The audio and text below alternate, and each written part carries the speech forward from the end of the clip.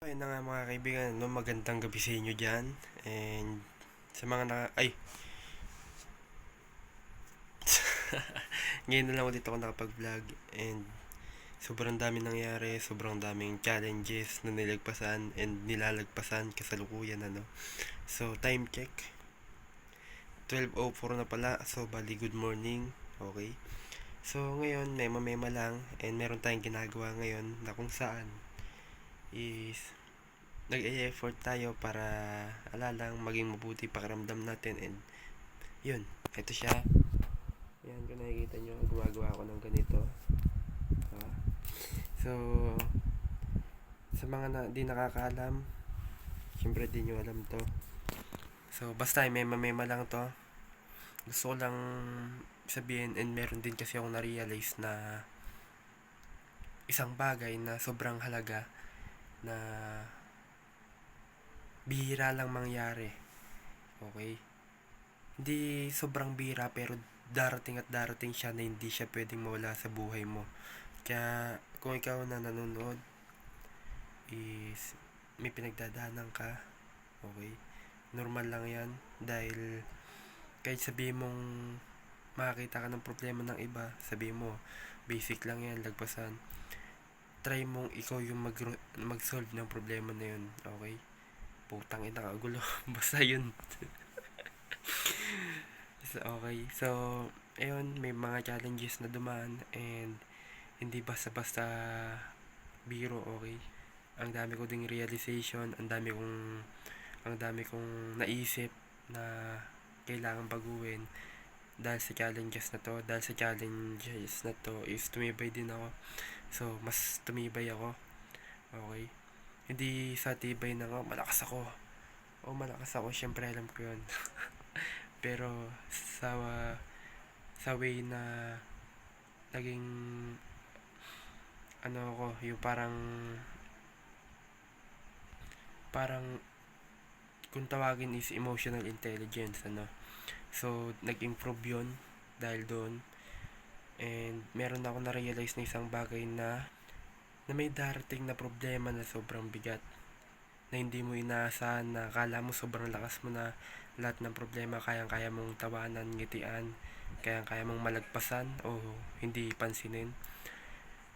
Pag ganun yung naging isip mo, kagaya ko, madali kang matitipag pag ganun yung mindset mo. Dahil may unexpected na problem na darating sa'yo na sobrang bigat, na yung tipong hindi mo na kayang bitbitin, hindi mo na kayang dalhin sa dibdib mo. So, may point na darating ka sa ganon. Okay? So, embrace mo lang. Kasi, personally, ang nangyari sa akin is may dumating sobrang bigat na naapektuhan yung pag-iisip ko, hanggang sa naapektuhan yung pagkilos ko, naapektuhan yung mga plano ko. Okay? Ilang araw akong di nakakatulog, ilang araw akong inaabot ng alauna, 3:00 ng gabi. So, bottom line, yung mga pinagsasabi ko sa YouTube, sa may mga mga na-upload ko na dati, is laban lang, kaya, ganyan.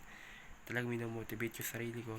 Hanggang sa dumating tong challenges na to, grateful naman ako dahil nalagpasan ko, okay? So, yun lang naman. Pinatak ko lang, and para ma-record na din yung state ko ngayon, kasi yung state ko ngayon is parang normal naman siya, pero hindi ganoon ka energy katulad na dati, o hindi ganoon ka okay o ka positive. Pero okay naman siya. So, para maging okay, syempre samahan nyo ako. Total, kumain naman ako kanina. Samahan nyo ako gumawa ng protein food kung tawagin ko. Di na pala, huwag na kayo sumama kasi masyado ako magtatagal pag binidyo-video ko pa. So, magluluto lang ako ng itlog, magbo-boiled egg ako, kahit dalawa lang, tsaka titimpla ako ng kape, tapos gagawa din tayo ng oats. So, habang ginagawa natin to, tinatapos natin yung mga ganyan. So, nakapagluto na ako ng oats, nakapagtimpla ng kape, kaso hindi mainit yung tubig, kaya okay na yan. Niluto ko itlog, mamaya ko na ang kukunin. ayoko nang i-edit to muna. Kaya kinakat-cut ko na. Ayan, kinakat ko na siya sa cellphone. So, ayan siya. Tayo sakit. So, tagal kong di nakapag-vlog. Mga siguro meron na ding magwa 1 month. So, yeah. Ayun lang naman yung mga gusto kong iparating sa inyo. Hindi, joke lang. Document ko na itong shit na buhay na araw na to. So, yun.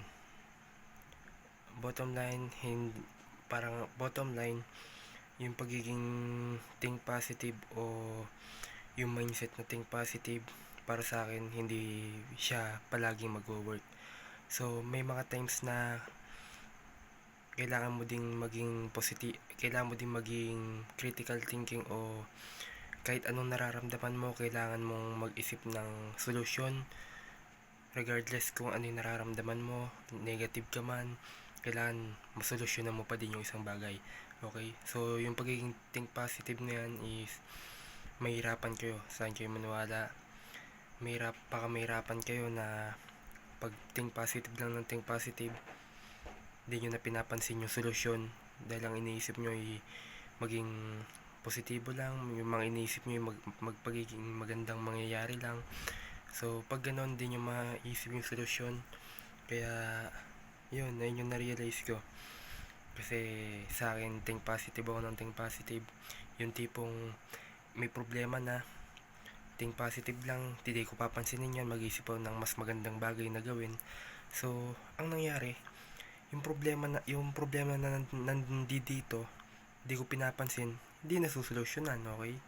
So, ang nangyari, nadagdagan hanggang nagpatong-patong. So, yun. Hanggang sa sinolusyonan ko yun, ng pinag-isipan ko, na-stress ako. Pero, kahit anong mangyari, ayun, nilabang ko. Putang ina mga pusa to. So, yun lang naman. Kakainin ko mo itong itlog. Ay, itong oats. Kahit di mainit. So, yeah, yun lang naman. Share ko lang. And, let's go.